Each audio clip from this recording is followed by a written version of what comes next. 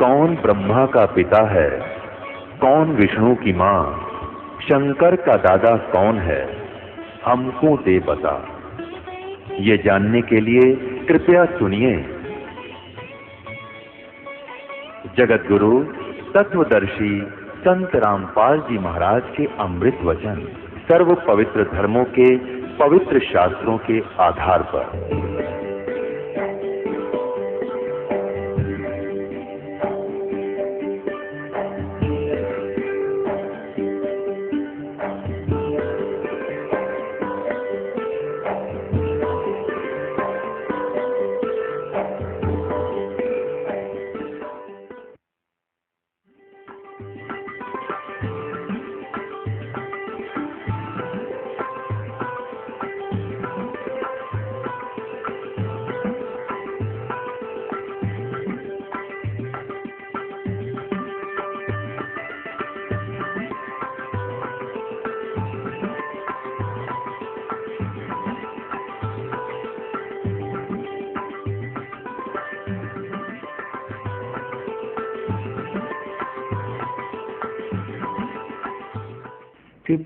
पर यानी 59 पर शाकाहारी पत्रिका है और ये 28 अगस्त 1971 को इसने ये स्टेटमेंट दी है। इसमें शाकाहारी पत्रिका में छपी है 28 अगस्त 1971 को। ये देखिए, महापुरुष का जन्म भारत के एक छोटे से गांव में हो चुका है।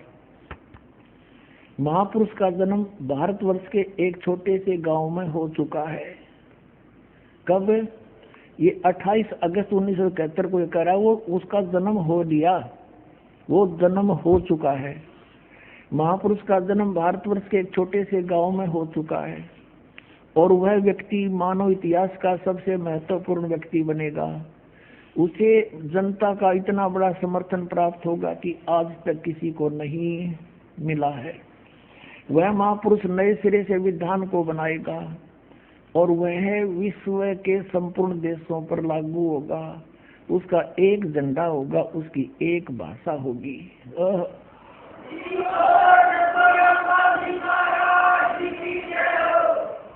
अपनात्मा 28 अगस्त 1971 में इसने ये वर्तमान की सत्य वाणी बोल दी। एक तो भविष्यवाणी होती है, आगे वाणी वैसे होगा, आगे आने वाले समय इसने तो तुरंत बता दिया कि हो चुका है।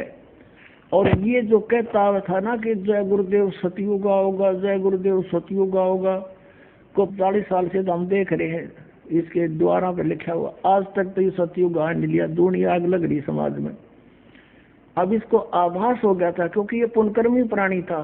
1971 में इसकी दृष्टि काम करे थी पिछले जन्मों के संस्कार से, और आगे इसकी भक्ति ठीक है नहीं, शास्त्र अनुकूल नहीं है, और जिस कारण से इसके पूर्व जन्म के पुण्य समाप्त हो गए। 1971 में इसकी सही दृष्टि काम करे थी, इसने साची बता दी। हर ईव इसका पल्ला कख नहीं। शिवदयाल जी यही 5 नाम जाप करे था। राधा स्वामी पंथ का प्रवर्तक अरिनी साधनाओं से वो भूत बना अपनी शिष्या बुक्की में बोल रही बड़े पाछ है, तो वही दशा इनकी होगी। जब नहीं संभले तो सच कर बताता हूँ पुण्यात्मा, मुझे कोई शौक नहीं किसी के बारे में कहना, लेकिन ये भाड़ में जा रहे हैं इसलिए दास को दुख हो रहा है। काल के फंसे हुए हैं भगवान की अच्छी आत्मा।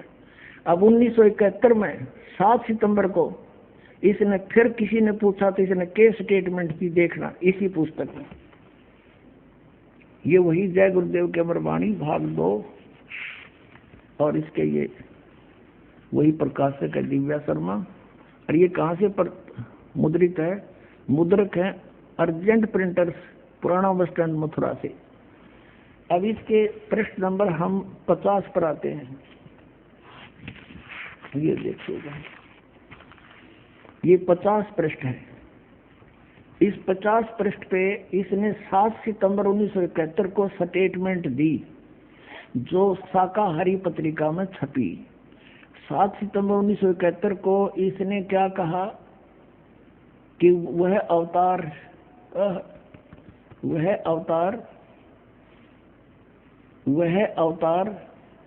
जिसकी लोग प्रतीक्षा कर रहे हैं, क्योंकि 28 अगस्त को 1971 को इसने डिक्लेयर कर दिया। फिर लोग पूछने लगे तो कहने लगा जिसकी लोग प्रतीक्षा कर रहे हैं वह अवतार जिसकी लोग प्रतीक्षा कर रहे हैं वह 20 वर्ष का हो चुका है। 7 सितंबर 1971 को। दास का जन्म है 8 सितंबर 1951 को।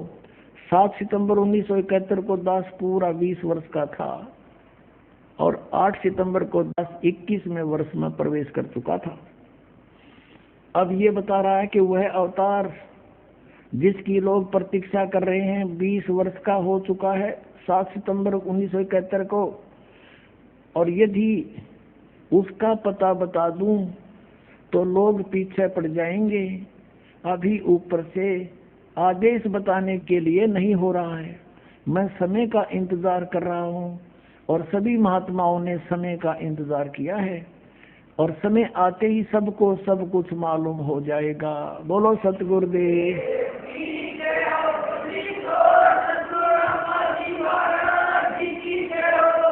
अपनात्माओं, ये तो है इन महापुरुषों की दिव्य दृष्टि। परमात्मा से प्राप्त कुछ सिद्धि से इनको कुछ दिखाई दे जाता है और ये 1971 में इसकी दिव्य दृष्टि सही काम कर रही थी, क्योंकि इसके पुण्य अभी शेष थे, बैटरी डाउन हुई नहीं थी।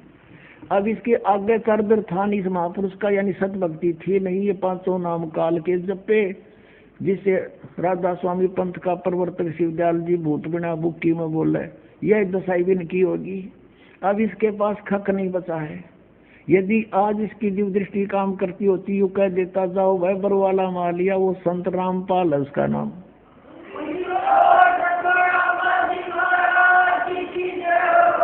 जो 7 सितंबर 1971 को 20 वर्ष का हुआ था, अब वो इसार में बरवाला में आ रहा है और वहाँ सत्संग करे, जा कल्याण करवा लो। और इस महापुरुष को भी चाहिए अपना आप आके नाम लेकर पीछा छुड़वा लेना, कोई ना साथ जागा वहाँ पर। ये सत भक्ति का वहाँ अलग से निर्णय होगा। काल के मुंह में फंसे पड़े हैं ये। अब ये तो इन महापुरुषों ने बताई, क्या बताया? इतना बताया कि जैसे परमात्मा ने ये सारे ब्रह्मांड बना रखे, सूर्य बना रखा है, ये घूम रहा है, चल रहा है, ऐसे भी घूम रहा है, सूर्य के चारों तरफ ही घूम रहा है। अब बनाने वाले ने बनाकर छोड़ दिए, वो अपना विधिवत समय पर काम कर रहे हैं। और कोई खगोल भगोल का ज्ञाता अपनी अटकलबाजी ला के और ये बता दे कि अभी परसों 6:20 पर सूर्य उदय होगा, और वो होना 6:20 पर हो गया, और वो कह देखा ना मैंने साची बता दी थी। वो ना बताता तो भी होना था, वो तो निर्धारित था।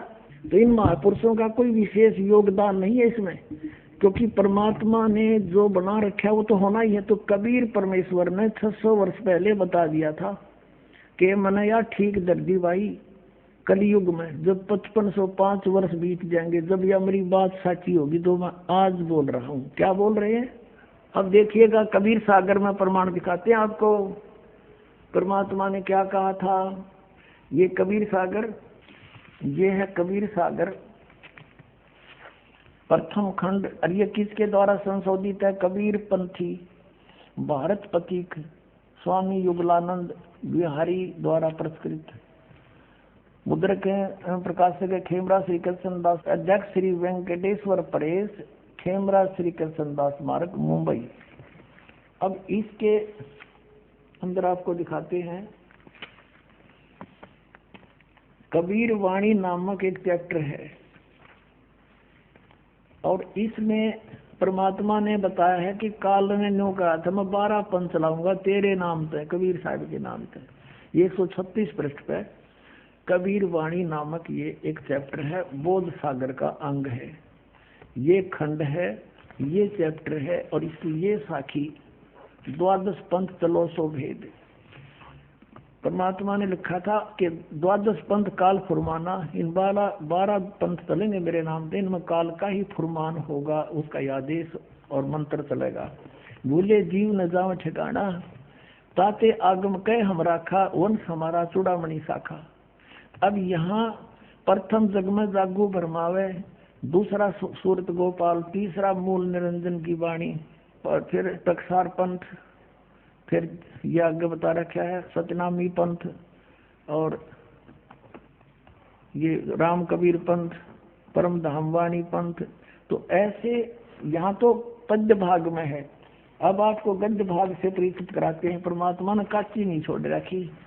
अब ये चैप्टर है कबीर चरित्र बोध, और ये खंड वही है बोध सागर का 1870 पृष्ठ कबीर सागर में। यहाँ गद्य भाग में लिखा है कबीर साहब के पंथों का वृंतांत, नारायण जी का पंथ। ये नारायण जी का गलत लिख दिया इन्होंने, कबीर पंथियों ने। यहाँ चूड़ामणि आना चाहिए था। नारायण दास जी ने तो स्वीकार ही नहीं किया था परमात्मा के पंथ को, ये देखो। फिर यागुदास पंथ, सूरत गोपाल पंथ, मूल निरंजन पंथ, टकसारी पंथ, सतनामी पंथ, भगवान दास पंथ, कमाली पंथ, राम कबीर पंथ, परम धाम की वाणी पंथ, जीवा पंथ, और बर्मा है गरीबदास पंथ। अब हमारा इससे लिंक है कि बर्मा गरीबदास पंथ है। अब यहाँ देखो, हम फिर वापस आते हैं कबीर वाणी चैप्टर पे। ये देखिएगा, ये कबीर वाणी चैप्टर पर हम आगे 136 पृष्ठ पे वहीं। अब यहाँ से आसानी तो समझ में आएगा। 12 पंथ काल फुरमाना, इस 12 पंथों में काल का ही मंत्र चलेगा, काल के ही जाप होंगे, काल के दूत आदेश चलेंगे। भूले जीव न जाओ ठिकाना, ताते आगम कह हम राखा, वंश हमारा चूड़ामणि शाखा। ये प्रथम है ये चूड़ामणि का, इन्होंने अपना फेर बदल कर दिया क्योंकि चूड़ामणि को अलग रखना चाहते थे। अब ये दूसरा है जागू का, आपने यहाँ देखा, ये दूसरा है जागू पंथ। ये कबीर चरित्र बोध में, ये आपने देखा यहाँ पर 1870 पृष्ठ पे। ये दूसरा है यागुदास को, जागुदास को, सूरत गोपाल, मूल निरंजन, भगवान दास, टकसारी पंथ, सतनामी पंथ, परम धाम की वाणी, राम कबीर पंथ, गरीबदास पंथ, जीवा पंथ। अब ये वही है, यहाँ पद्य भाग में है। अब प्रथम जागू, ये दूसरा है जागू, अनिल दास ने ठीक किया, और तीसरा सूरत गोपाल, चौथा मूल निरंजन, फिर टकसारी पंथ, फिर भगवान दास पंथ, जीवा पंथ, सतनामी पंथ, जीवा पंथ, राम कबीर पंथ। ये 10वां है, ये है वो कमाल का पंथ, और 11वां है परमदानी पंथ का पंथ। अब 12वां यहाँ से शुरू होता है। आदरणीय गरीबदास साहिब जी का जन्म संवत 1774 में हुआ था। ये गलती से 75 लिखा है, संवत 1775 होई, तादन प्रेम प्रगटे जग सोई। ये 137 पर पढ़ेंगे हम। आज्ञा रहे ब्रह्म बोध लावे, कोली चमार सबके घर खावे, साख हमारी ले जीव समझावे, असंग जन्म ठोर नहीं पावे। और बर में पंथ प्रगट हो बाणी, ये 12वां पंथ गरीबदास के पंथ में कहते हैं, मेरी महिमा की वाणी, मेरी लीला की वाणी पुनः प्रगट होगी उसके द्वारा, और शब्द हमारे का निर्णय ठानी। बर में पंथ प्रगट हो बाणी, हवे बाणी, ये हवे है, और शब्द हमारे का निर्णय ठानी, अस्थिर घर का मरम ना पावे, ये 12 पंथ हम ही को ध्यावे।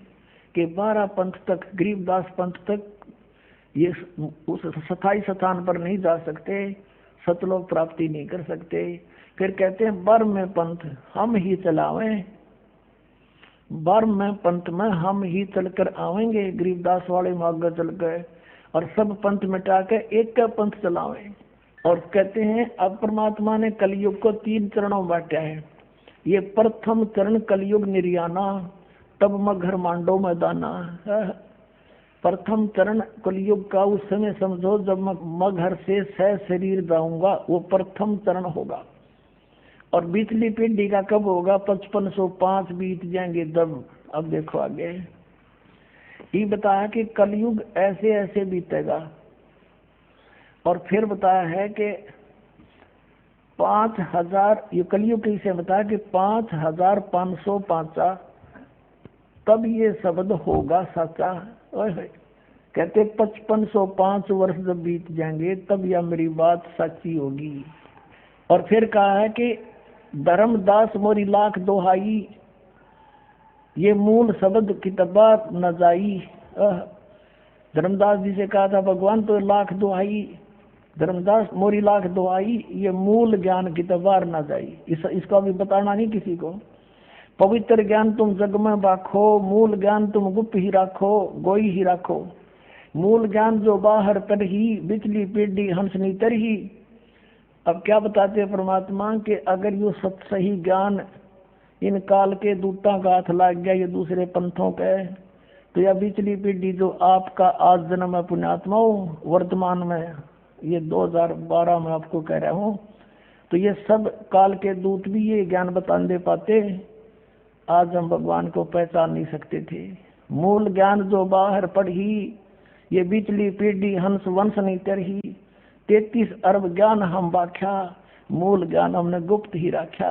मूल ज्ञान तुम तब तक छुपाई, जब लग 12 पंथ मिटाई।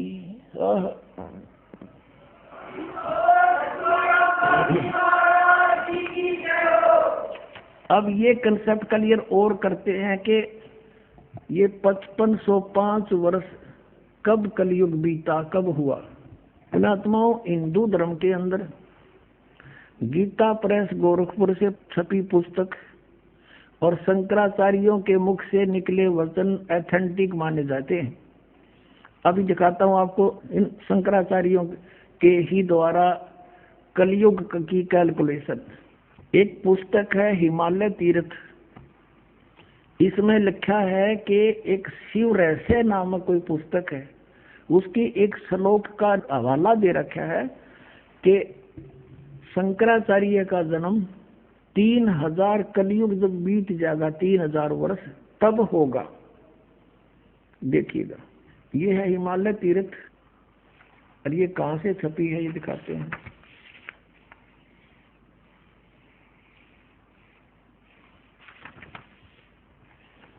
और ये प्रकाशक है रंजनो चक्रवर्ती, रामबाण राय रोड, कलकत्ता। ये मुद्रिक गिरी प्रिंट सर्विसेज, कलकत्ता। ये इसके 42 पृष्ठ पे आते हैं। ये है हिमालय तीर्थ पुस्तक है और ये पृष्ठ 42, और यहाँ शंकराचार्य के जन्म के विषय में जानकारी है। ये कोई शिव रहस्य नामक एक पुस्तक है और उसका ये श्लोक है। इसमें लिखा है कि इसका अनुवाद है ये कि कलयुग के 3000 वर्ष व्यतीत होने पर बौद्ध मीमांसकों के मत पर बौद्ध धर्म फैल गया था, उसका नाश करने के लिए कहते हैं, उस पर विजय प्राप्ति के लिए शंकर यति के रूप में आविर्भूत होंगे। 3000 कलयुग के 3000 वर्ष व्यतीत होने पर के बाद शंकराचार्य का जन्म होगा। ठीक है, अब दिखाते हैं। अब इसमें ये क्लियर हो गया पुण्यात्माओं, हिमालय तीर्थ ने ये क्लियर कर दिया कि शंकराचार्य का जन्म 3000 वर्ष जब कलयुग बीत गया तब हुआ। ठीक है, अब फिर ये इसमें क्लियर करते हैं कि ईसा मसीह से 508 वर्ष पहले हुआ। तो जब ईसा मसीह का जन्म हुआ उस समय कलयुग 3508 वर्ष बीत गया था। अंडरस्टूड हो गया? ईसा से 508 वर्ष पहले और कलयुग के 3000 वर्ष बीत जाने पर तो ईसा जी का जब जन्म हुआ तो उससे ये सिद्ध हो गया कि 3508 वर्ष कलयुग बीत चुका था। अभी दिखाते हैं, देखिएगा। और अब 2000 चल रहा है, 2012। ये देखो, ये है एक पुस्तक है ज्योतिर्मय ज्योतिर्मठ, और ये कहाँ से छपी है ये दिखाते हैं आपको।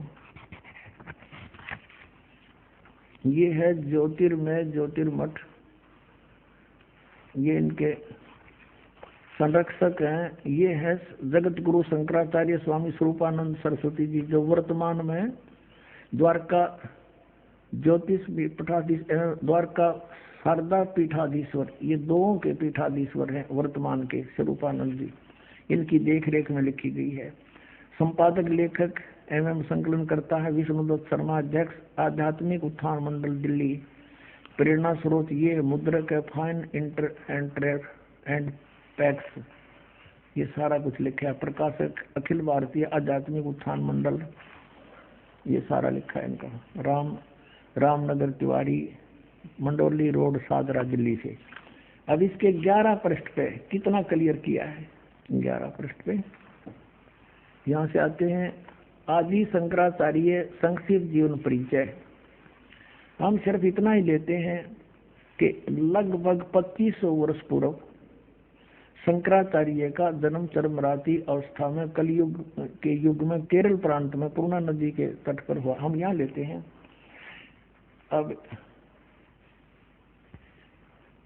अब यहाँ क्या बताते हैं कि शंकराचार्य का जन्म भगवान शंकर के आशीर्वाद से हुआ, अतः उनका नाम शंकर रखा गया। गुरु परंपरागत मठों के अनुसार उनका आविर्भाव काल, जन्म का समय ईसा पूर्व 508 बताया जाता है। ईसा से 508 वर्ष पहले शंकराचार्य का जन्म हुआ और 32 साल की उम्र में वो मर गया। तो घटा करें उसके बाद फिर 476 ईसा पूर्व इसकी मृत्यु होली थी। ये इसलिए 2 अंकित है। 508 वर्ष पहले ईसा से हुआ। अब हमने यहाँ से इतना लेना था। अब पुण्यात्माओं, हम आज 2012 में हैं, तो कलयुग भी ईसा जी के जन्म को हो गए 2012 वर्ष। इसमें 508 और जोड़ दो तो 2520 वर्ष आज से पहले शंकराचार्य का जन्म हुआ। और उधर से कब हुआ? जब 3000 वर्ष कलयुग के बीत गए थे। तो आज कलयुग 5520 वर्ष बीत चुका है 2012 में। अब हम 5505 निकालेंगे, हम 2000 पर पहुंच जाते हैं। सन 2000 में ईसा जी के जन्म को 2000 वर्ष हो गए, शंकराचार्य के जन्म को 2508 वर्ष हो गए। और कलयुग कितना बीत गया? 3000 और जोड़ दो उसमें। 3000 कलयुग बीतने के बाद इस शंकराचार्य का जन्म हुआ और उधर से ईसा से 508 वर्ष हुआ, तो 3508 वर्ष कलयुग बीत गया था जब ईसा का जन्म हुआ। नो समझ में आ गया। तो 2000 सन में 5508 वर्ष कलयुग बीत गया। अब हम पीछे चले 5505 निकालने के लिए। 1997 में 5505 कलयुग बीता। 1999 में 5507 हो गया और 1998 में 6 हो गया। 1997 में 5505 वर्ष कलयुग बीत गया। और उस समय इस दास को 1997 में 10 बजे शुक्ल फागुन की उतरते की एकम के दिन 1997 में दास को परमात्मा पुनः मिले थे। उसमें आदेश दे दिया था कि अब समय आ गया है इस सतनाम की को उजागर कर देने का, बेटा कर दे। और मुझसे कहा था कभी किसी को जिक्र ना करना कि मेरे मिलन का समय आने पर बता। लेकिन दास ने लिख दिया था एक पुस्तक में, अभी दिखाते हैं आपको, बहुत पहले। ये पुस्तक है आध्यात्मिक ज्ञान गंगा। ये सन 2009 से चल रही है और 2005 में दास ने एक पुस्तक लिखी थी भक्ति और भगवान, उसमें भी लिख दिया था। अब देखना, ये आध्यात्मिक ज्ञान गंगा, ये यहाँ अपने इस दास के द्वारा इसका सब सदग्रंथों के आधार से, इसके आधार से ये बनाई है। अब इसके पृष्ठ नंबर 538 पे ये है आध्यात्मिक ज्ञान गंगा और यथार्थ कबीर पंथ परिचय नामक विषय है। 538 पर यहाँ देखा, मुझ दास रामपाल दास को परमेश्वर कबीर साहिब जी संवत 2053 फाल्गुन मास शुक्ल पक्ष एकम मार्च 1997 को दिन के 10 बजे मिले थे। सार शब्द की वास्तविकता तथा संगत को दान करने का सही समय संकेत देकर अंतर्ध्यान हो गए थे और इसको अगले आदेश तक रहस्य युक्त रखने का आदेश दिया था। किसको? कि मैं मिला।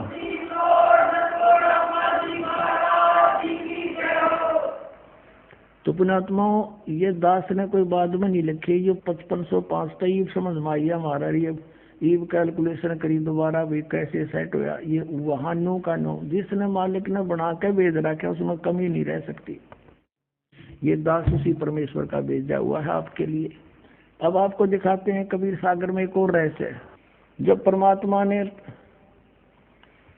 उस समय कहा था 550 वर्ष पहले, 650 वर्ष पहले कि धर्मदास एक ऐसा समय आएगा जो 5505 को मैं बता रहा हूँ, उस समय एक ऐसा समय आएगा जब मेरा हंस जाएगा। जो उसमें तो कहा परमात्मा ने कि हम ही जाएंगे गरीबदास वाले पंथ में आगे चल के। और फिर बताया है देखना कि एक महापुरुष आएगा, यानी परमात्मा बार बार नो कहे, जैसे यहाँ आए थे तो बार बार नो कहते मैं भगवान हूँ, कोई नहीं माने, तो थोड़ा सा घुमा कर कहते हैं भगवान, फिर समझ में आती है। ये देखिएगा, ये कबीर सागर है, वही जो आपको अभी पहले दिखाया था, ये कबीर सागर है।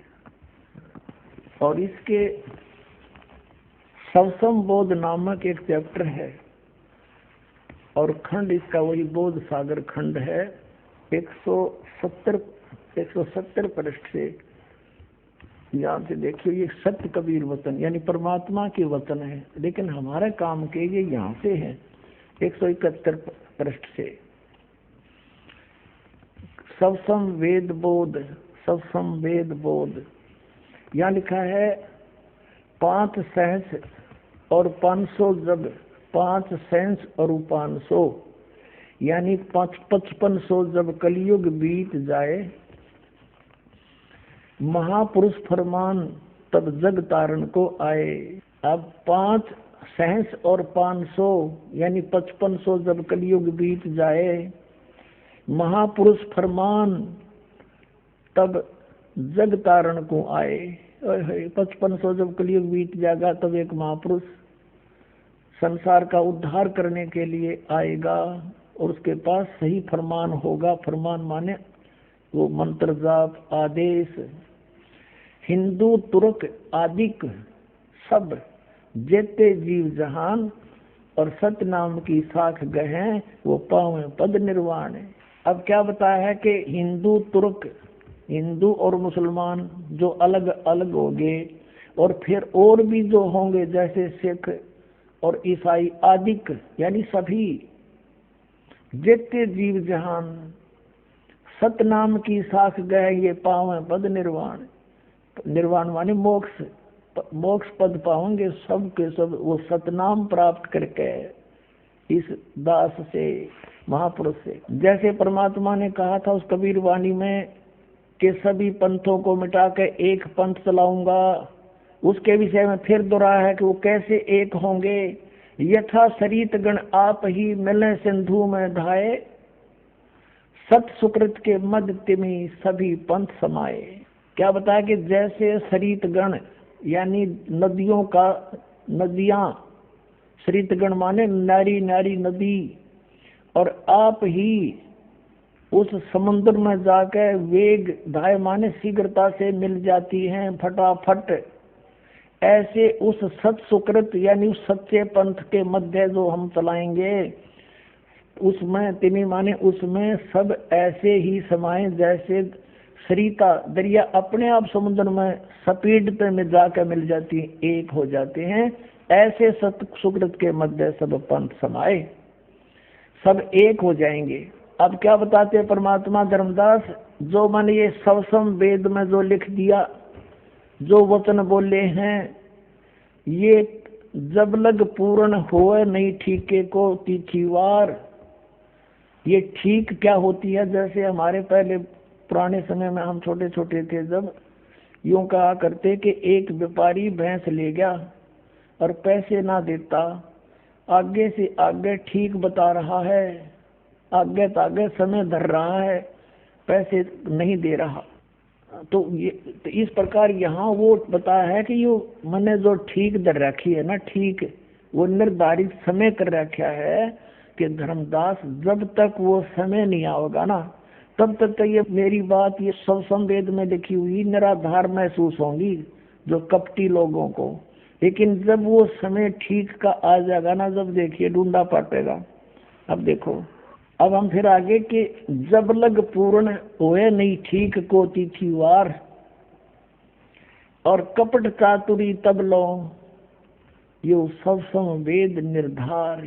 कहते हैं तब तक तो मेरे द्वारा ये बात कही गई सब संवेद वाली, ये गुप्त ज्ञान, सब संवेद माने गुप्त ज्ञान जो पहले भी अब भी कहा है, तो ये निराधार महसूस होगा जब लग पूर्ण होए नहीं ठीका यो ठीक को तिथिवार, यानी ठीक उस निर्धारित धरे हुए निर्धारित किए हुए समय की जो समय नहीं आएगा तब तक तो मेरा यो ज्ञान निराधार महसूस होगा। जब वो समय आ जाएगा ठीक का, जो है ठीक का दिन आवंत, युगंत लिखा आवंत, तो क्या होगा, सब ही नारी नर शुद्ध, सब कपट छोड़ कर बुराई त्याग देंगे सब नर नारी। और जब ठीक का दिन आवंत और कपट चातुरी छोड़ कर वो शरण कबीर गहनत।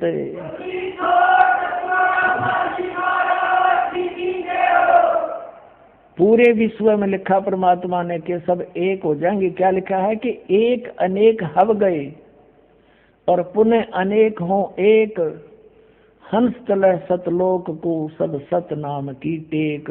एक से हम अनेक बना दिए काल ने, हिंदू न्यारे, मुसलमान अलग, सिख न्यारे, ईसाई अलग से, और नरे धर्म बना दिए और ये मजहब पंथ गणे बना दिए। कहते हैं जैसे हम एक से अनेक हो गए और पुनः फिर हम अनेक से एक होवांगे, पुनः अनेक हो एक, और हंस चले सतलोक को सब सत नाम की टेक। के सभी के सभी सतलोक में चले जाएंगे सतनाम प्राप्ति करके। इस दास से इससे पहले राधा स्वामी पंथाला ने सतनाम का कह ख का भी पता कोई ना, ये काल के दूत थे इसलिए छुपा कर रखी भगवान ने, उनको सतनाम का नहीं पता यू खान का है पीन का। अब ये वास्तविक मंत्र आपको दिया जाएगा, इससे आप सबका मोक्ष होगा, पूरे विश्व में शांति। देखना आगे कितना कमाल किया है कि घर घर बोध विचार हो, मेरे ज्ञान का घर घर चर्चा चलेगी और दुर्मति दूर बहाए, सबकी दुर्बुद्धि दूर हो जाएगी, हाहाकार मिट जाएगा, माया की दौड़ मिलावट रिश्वतखोरी आपस में लड़ाई खींचातानी ये दुर्मति दूर बहाए और कलयुग में एक होकर सब बरतें सहज सुभाए।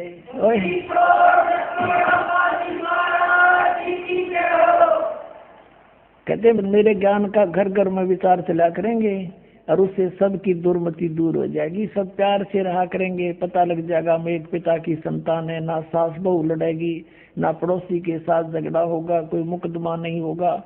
और कहते हैं कलयुग में एक हो कैसे सब बरतें सहज सुभाए, सब प्यार से रहा करेंगे। बोलो सतगुरुदेव की जय हो।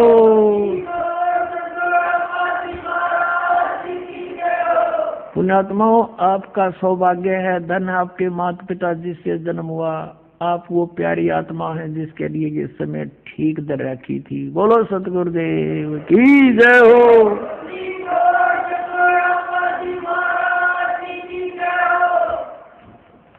परम पिता परमात्मा पूर्ण ब्रह्म सारी सृष्टि के रचनहार कबीर परमेश्वर जी, ये हमें तत्व ज्ञान कराने के लिए,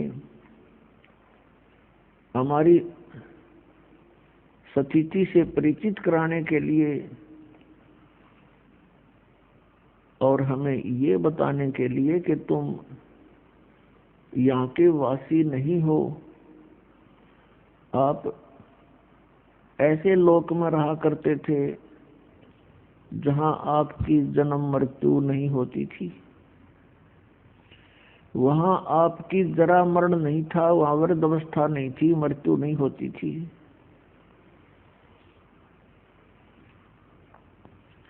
वहाँ किसी वस्तु का अभाव नहीं है। उस सतलोक में आप रहा करते थे। आप अपनी गलती के कारण यहाँ भवसागर में गिर गए, अब वापस चलो। अब जिस लोक में आप रह रहे हो ये लोक अच्छा नहीं है, यहाँ कोई प्राणी सुखी नहीं है, यहाँ का भगवान ये परमात्मा नहीं है।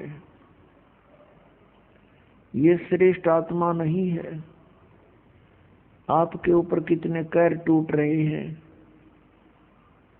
और जिसको तुम परमात्मा कहकर पुकारते रहते हो, तुम्हें कोई राहत नहीं मिलती। जो परमात्मा है उसका आपको ज्ञान नहीं।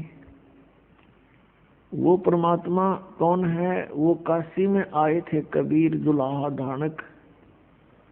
ये वो परमात्मा है जो सर्व सुखदाई है, सर्व पाप नाशक है, पूर्ण मोक्षदायक है। हम सबके जनक हैं, हम सबके पिता हैं। अपनों का अपनों को दुख होता है, अपनी संतान का माता पिता कोई कष्ट होता है यदि उन पर कोई आपत्ति आती है। हम यहाँ घोर कष्ट उठा रहे हैं, हमारे पिता बहुत दुख पा रहे हैं, और ये काल उस परमात्मा को सताना चाहता है हमें पीड़ित करके।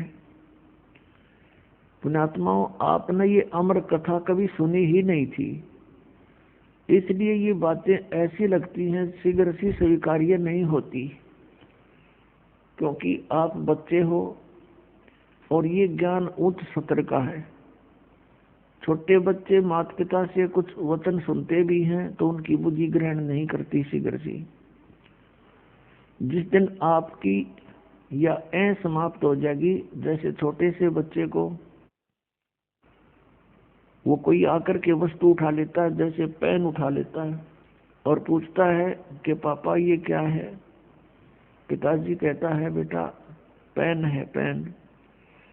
फिर कहता है फिर कहता पेन है बेटा पेन। वो कहता पेन है ऐसे कहता कहता वो उसको रखकर छोड़ जाता है और खेलने लग जाता है दूसरी वस्तुओं से। वो ये समझ नहीं पा रहा पिताजी कहना क्या चाह रहे हैं कि ये क्या चीज है। पिताजी तो बता ही रहे हैं कि पेन है। तो वो अभी उसकी बुद्धि इतनी बनी नहीं है कि उसको ग्रहण कर ले पिताजी क्या बता रहे हैं। और जब वो थोड़ा सा बड़ा हो जाता है, उसका माइंड विकसित हो जाता है, तो फिर उसको कहते हैं बेटा पेन लाना उठा के। वो दौड़ा जाता है, दौड़ी जाती है बेटी है या बेटा, और उठा के ला के रख देता है। तो ऐसे अभी आप इस ज्ञान को जो दास आपको बार बार सुना रहा है, इसको जल्दी से ग्रहण नहीं कर पाओगे, क्योंकि आप अभी बच्चे हो भक्ति मार्ग में। और जब आपकी यह मिट जाएगी, आपकी आंखों से आंसू बहा करेंगे कि हम कितने नालायक, देखी तामर्य, या सपने में भी सुख को नहीं, जागरण में तो होगा कहाँ से। हमने सुख ढूंढ लिया, सिनेमा देख लिया, गुटी ला ली, कार ले ली, कोठी ले ली, अंदर से जो कि तू आग लगी रहती है प्रत्येक प्राणी में। परमात्मा कहते ब्रह्मांड 2100 आग लगी है, और ये कृत्रिमबाजी सब ठगी है। काल ने ठग रखा तुम्हारे को, धोखा दे रखे। लेकिन यह आपका समझ में नहीं आती, क्योंकि भांग घनी प्यार रखी इसने। कबीर साहब कहते हैं कबीर ये माया अटपटी सब गट आन अड़ी, और किस किस न समझाऊं या कुआ भांग पड़ी। इस 21 ब्रह्मांड के कुएं में इस काल ने ये अज्ञान रूपी और झूठे, यहाँ लालच लोभ वाली झूठे सुख वाली भांग प्या रखी है आपको, और ये नशा घना हो गया।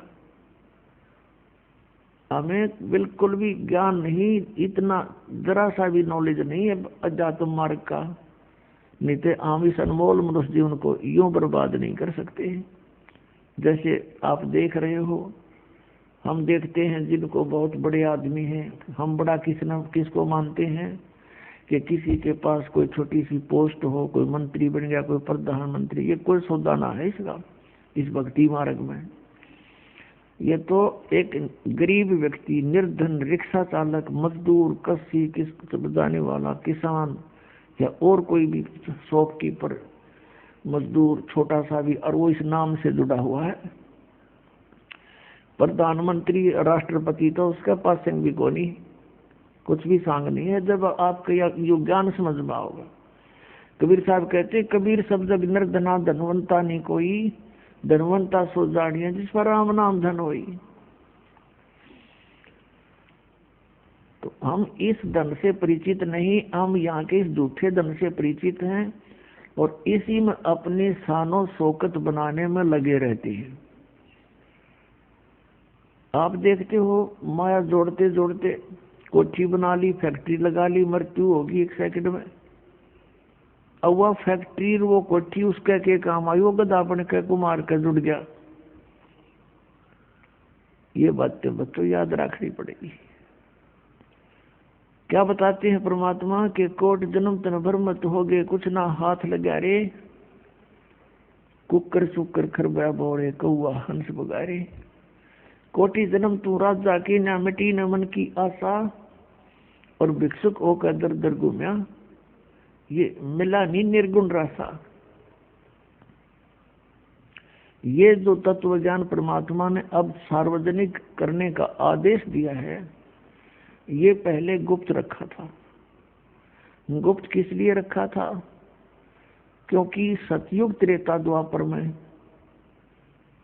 और कलयुग के फर्स्ट में ये प्राणी इतना दुखी नहीं होता जितना कलयुग के बीच में और लास्ट में होगा।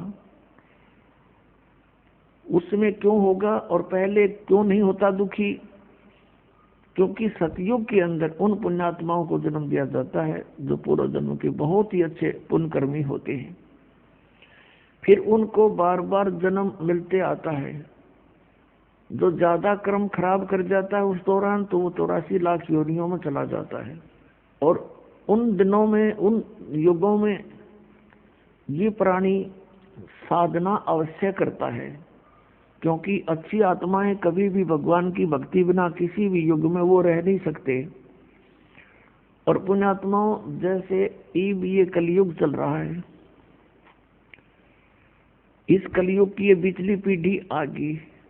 परमात्मा इसे दयालु है कि अब ये पूरे विश्व में अपनी प्यारी आत्माओं को, अपने बच्चों को पूरे, चाहे वो किसी भी योनि से दोबारा मनुष्य जीवन भी प्राप्त करेंगे अभी तुरंत, परमात्मा की वाणी जगह जगह गूंजेगी।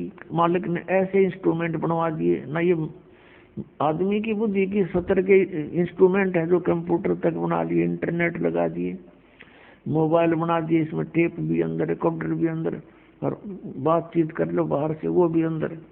ये मनुष्य यही था सतयुग से लेकर आज तक, और इस पर ढंग से पेचकस नहीं बना था, ना कोई ऐसा कोई साधन था कृषि का। तो अब ये इसलिए बनवाए हैं परमात्मा ने कि इसके माध्यम से मेरे बच्चों तक से वो किसी योनि में, कुत्ते गधे सुअर या अन्य किसी योनि में है। जैसे कुम्हार ने नाम ले लिया, मोबाइल साथ रखेगा, गधे साथ होंगे, उन गधों पर भी वाणी का असर होगा। मालिक की इतनी सौसिद्ध वाणी है ये परमात्मा की। किसान हल जोतता है और बैलों के साथ घूम रहा है, जेब में मोबाइल है, परमात्मा की वाणी सुन रहा है, क्योंकि सुने बिना आत्मा रह ही नहीं सकती। या मंत्र लाओगा या अपनी परमात्मा की वचन सुनेगा तो उन बैलों पर भी असर होगा। उनकी प्रारब्ध कर्म पूरा होते ही उनके बहुत से पाप कर्म इस वाणी से निर्मल हो जाएंगे और उनको मनुष्य जीवन मिलेगा। तो इस प्रकार पूरे विश्व में परमात्मा एक बार सभी प्राणियों पर रहम करेगा, और जो अच्छी आत्मा है वो तो पार हो ही जाएंगी, क्योंकि उनको ज्ञान सुनेगा, उनका वो तो सिर धड़की बाजी ला देंगे। जैसे पहले पिछले इतिहास देख लो, गोपीचंद और भर्तृहरि दोनों राजा थे। परमात्मा प्राप्ति के लिए गोरखनाथ जी से उपदेश लिया और जो भी आज्ञा दी उस गुरु ने, और जिस सत्र का वो गुरु था, और उन्होंने जो उससे प्राप्त किया, जो आज्ञा मिली, वो सिर धड़की बाजी ला दी। गुरुदेव ने कहा कि जाओ, अलवर के राजा का किला बन रहा है और उसमें मजदूरी करो और मंत्र भी जाप करते रहना, और वहां से मेहनताना मत लेना, रोटी के लिए कहीं और टाइम करना। अब जो आज्ञा गुरुदेव, उन्होंने जिसने भगवान पाना, फिर बकवादों की कहाँ कसर रहेगी, उस आवश्यकता रहेगी, अगर मगर कहाँ रह गया फिर उसके मन में। या तो भगवान चाहते नहीं, तो कोई कहता है जी बीड़ी ना छूटे, कोई लोग कहे जी यूं तब यूं नियम तो मेरे पर ना पुग गए, फिर तो तू ड्रामा कर रहे हो भाई। फिर भगवान पाने के लिए तो समर्पित होना पड़ेगा हरिद महापुरुषों की तरह। लेकिन उन वो वस्तु भी ना मिल, तुमने वो मिलने जा रही है। तो 12 वर्ष तक अलवर के किले में उन्होंने मजदूरी करी और मंत्र जाप करते रहे। और टाइम के लिए कुम्हार के घर पे गारा गुंदा करते, उसकी गारा गुच्छा करते और उससे रोटी प्राप्त करते थे। और वहां मजदूरी करते, जो भी समय था निर्धारित 8-7 घंटे का। तो जिन अब पुण्यात्मा वही है ये जो सब कुछ कर सकते हैं मालिक पाने के लिए, जब इनको ज्ञान हो जाएगा। समझ हम ना इतनी बात हमने ये दिखाई दे यहाँ की चोचले, तो ये चोचले हमें फिर नकली दिखाई देंगे। खिलौने मिट्टी के पुत्र है, कितना प्यारा लगे है, मृत्यु हो जाए एक्सीडेंट में, टूट गया खिलौना, रो माथे पास मार मार के। परमात्मा कहते हैं गुड़िया खेलत जन्म गवा दिया तने लाया नहीं विचार। ये खिलौनों से खेलते तने असंग जन्म हो गए, कुछ भी ना सोचा। आत्मा तू कहाँ से आई थी, कहाँ जाना है तूने। तो पूरे विश्व में अब शांति होगी, एक बार सतयुग जैसा माहौल बनेगा, हाहाकार मिट जाएगी।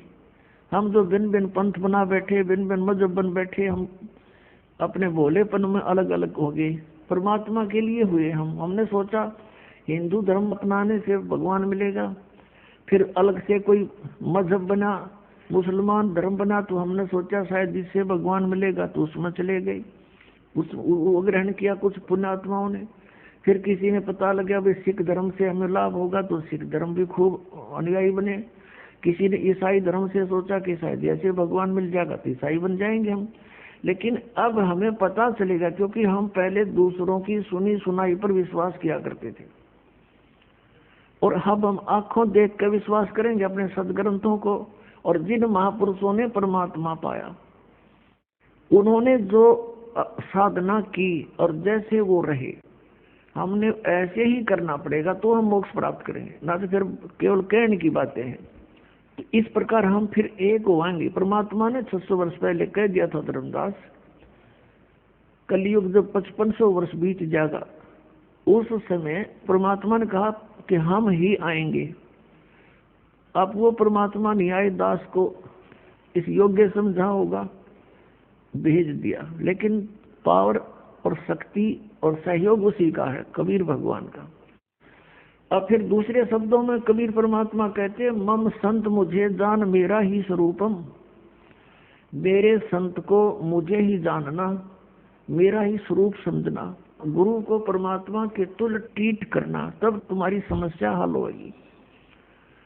भले ही जैसे गुरु जी परमात्मा नहीं है, लेकिन आप जी ने गुरु जी को एज ए गॉड ट्रीट करना पड़ेगा, तब आपका समाधान हो सकेगा, नहीं तो नहीं होगा। जैसे एक गणित का प्रश्न होता है, ब्याज का, ऋण का, तो उसमें मूलधन ज्ञात करना होता है। तो उसमें मानना पड़ता है कि मान लीजिए मूलधन 100 रुपये, फिर उससे वो दर निकल आती है, फिर मल्टीप्लाई करके ओरिजिनल मूलधन हमें प्राप्त हो सकता है। ओरिजिनल मूलधन अरबों में होता है, लेकिन उस अरबों वाले मूलधन को प्राप्त करने के लिए हमने सपोज करना पड़ेगा कि मान ले मूलधन 100 रुपये। वो 100 रुपये मूलधन नहीं है, पर उस 100 रुपये मूलधन मानने बिना वो अरबों वाला मूलधन मिले को नहीं। ऐसे ही दास को यानी गुरु को आपने ये सोच के अपने आप को व्यवहार बदलना पड़ेगा कि मेरे सामने भगवान खड़ा है। गुरु एक मनुष्य नहीं। परमात्मा कहते हैं, गुरु मानुष कर जानते ते नर कहिए अंध, मां दुखी संसार में फिर आग गई उनके फंद। गुरु को मानुष जो गिने और करे चरणामृत को पान, वो चरण धो पीवारू मानुष गिने ते नर नर कह जाएंगे, युग युग हों समान, ते भक्ति भी कर रहे हैं। अब ये मर्यादाएं आपने अपनानी पड़ेंगी, अपना व्यवहार बदलना पड़ेगा, अपना स्वभाव बदलना पड़ेगा, आधीनी में आना पड़ेगा। हमें आधीनी बिना भगवान नहीं मिले। हम अभिमान कितना कर सकते हैं, किस चीज का कर सकते हैं? अगर शरीर का करते हैं, उच्च जाति का करते हैं, शरीर में 1 मिनट में अधरंग मार जा, पड़ा पड़ा बांगा मुंह हो जा, मुंह में माखी बड़े और लगने, हाथ से हटा भी नहीं सकता। बता इसका क्या अभिमान करे प्राणी। आज उच्च जाति में है, कल मृत्यु हो गया, गधा बन गया, वह जाति के साथ काम दिया उस जाति और मजहब ने। तो हमने हर तरह से अपने इस मन के जो पर हैं बकवाद करने के, ये सब काटने पड़ेंगे, इनको ठीक करना पड़ेगा। तो ये ज्ञान से होगा। तो जब हम गुरुजी को एज ए गॉड ट्रीट करेंगे, अब जिन्होंने परमात्मा पाना है वो अच्छे विद्यार्थी होते हैं। अच्छे विद्यार्थी अपने स्कूल के विद्यालय के टीचर के साथ भी बहुत अच्छा ही व्यवहार करते हैं, और जो निकम्मे होते हैं वो तो फिर स्वभाव उनका खराब होता है, फिर लास्ट में वो शिक्षा प्राप्त नहीं कर पाते हैं, फिर मजदूर लगते हैं, आजीवन दुख पाते हैं। तो यहाँ बताया कि इस प्रकार हम जब रहेंगे, गुरुजी को ये मानकर बैठे कि यहाँ मान ले इस दास के स्थान पर और कबीर परमात्मा आ जा, जो भगवान है हमारे सबके पिता, तो आप कैसे व्यवहार करोगे? ये थोड़ी सी सोचने की बात है, क्योंकि हम परमात्मा के लिए चले हैं और परमात्मा को पाने के लिए परमात्मा के साथ हमें एक डील भी करना सीखना पड़ेगा। क्योंकि हम डील ठीक ना करके तो वहां से यहाँ गिर गए, और अब भी हमारा ऐसे ही व्यवहार हुआ तो भगवान कैसे एक्सेप्ट करेगा अपने को? आज्ञा का पालन हो, नम्रता हो, गुरु के अंदर कोई दोष दिखाई नहीं देना चाहिए किसी भी प्रकार से। आप कितने समझदार हो सकते हो, आप कितनी बुद्धि रख सकते हो, आपको अपने का नहीं पता कल के हो जाएगा, और दूसरे के विषय में हम सोचते हैं, तो ये हमारी नालायकी है। तो इस प्रकार अपने अंतःकरण के इस जो विचार हैं इनको भी हमने शुद्ध करना। और ये शुद्ध कैसे होंगे? जब तक आप गुरु जी को परमात्मा के तुल्य नहीं देखोगे तो सफल नहीं हो पाओगे। तो ये नियम है कुछ। तो कहने का भाव ये है कि जिन महापुरुषों ने परमात्मा पाना वो तो इब के निकल जाएंगे सब, इब के घनी आसानी से निकलोगे। और प्रत्येक कलयुग में इस बिचली पीढ़ी में अरबों खरबों प्राणी परमात्मा पार करते, मनुष्य जीवन जला जला के उनको फटाफट। लेकिन नियम में रहना पड़ेगा। भक्ति बहुत आसान है। नाम उठत नाम बैठत नाम सोवत जागवे, नाम खाते नाम पीते नाम सेती लागवे। अब इसमें हमें भक्ति में बाधक क्या क्या चीजें हैं? भक्ति में बाधक है, हमें लोग दूसरों को देखम देखा विवाह पर खर्च करते हैं। जिसके 2 पुत्रियां होगी उसकी नींद हराम हो जाती है जब वो युवा होने लगती हैं इनके विवाह के लिए। इसमें कुछ एक तो ऐसे लोग हैं कि कई लाख रुपए विवाह में खर्च कर देते हैं, तो वो टेंशन उनको भक्ति नहीं करने देती। फिर कोठी बनाने की होड़, लंबी कार लेने की होड़। तो ये इस ज्ञान से ये मन के जो फैलाव है ये कम हो जाएगा, ये खत्म हो जाएगा, इच्छाएं समाप्त हो जाएंगी। और बेटी का विवाह, बेटों का विवाह हमने बहुत सिंपल वे से करना चाहिए। पुण्यात्माओं, यदि आपने इस मार्ग पर सफल होना है, दास के एक एक वचन पर लक्ष्मण रेखा समझकर आपने कार्य करना पड़ेगा। और फिर आप पार ना हो, गारंटी देता दास लिखवा के ले लो मुझसे, इतना आसानी से पार।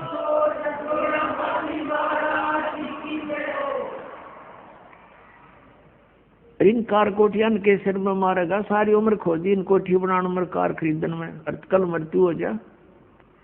गधा बड़ा फिर कुत्ता बन के अंडे सैर से पट्टे करता। तो ये हमने ज्ञान में नहीं था, हम देखा लागे।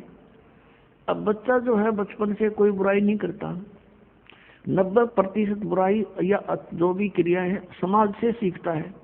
अब देखा कोई बालक ऐसे सिगरेट पी रहा लंबी लंबी करके, तो दूसरा भी शुरू करे, जबकि उसको एक्सेप्ट नहीं करता शरीर उसका। पहली बार पीवन आँखों में पानी आवे, फिर लेकिन देखा फिर चाहे कुछ भी हो करना ही है, दिखाना मैं भी पीता हूँ। तो ये बकवादें छूट जाएंगी। हम सबसे पहले सब बुराई हटानी पड़ेंगी, फिर वो टेंशन खत्म हो जाएगी। जैसे मजदूर है बेचारा, अब वो काम कर रहा है, अब उसको टेंशन है कि 2 बेटियां ब्यानी है, कैसे करूंगा, उससे ये लाना है, उससे ये लाना है, ऐसे करूंगा, कहाँ से पैसे लो। और फिर जब ये समस्या परमानेंट हल हो जाएंगी कभी, वैसे नहीं, ये ज्ञान होगा। जैसे आप किसी से दहेज लेते हो तो वो दहेज कोई वैसे थोड़ा ही, उसका पैसा आपके ऊपर ऋण हो गया, अगले जन्म में मनमानो उसका गधा बनकर देना पड़ेगा आपने। परमात्मा कहते हैं तुमने उस दरगाह का महल नहीं देखा और धर्मराज के तिल तिल का लेखा, एक एक पाई का हिसाब करना पड़ता है वहां। तो हम क्यों सिर में दर्द करें? 2 रोटी खानी, 2 कपड़े चाहिए, सारे साल में कुर्ते पजामे बस काम चल जाए।